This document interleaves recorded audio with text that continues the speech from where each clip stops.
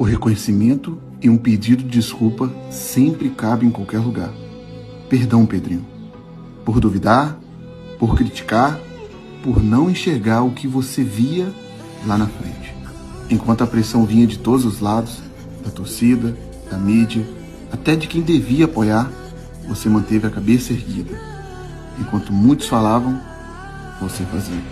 Hoje, o tempo mostrou 2 semifinais de Copa do Brasil, um plano de recuperação fiscal aprovado, o potencial construtivo de São Januário garantido. Pedrinho, você conseguiu o que muitos prometeram e nenhum entregou. Transformou a dor em avanço e silêncio em resultado.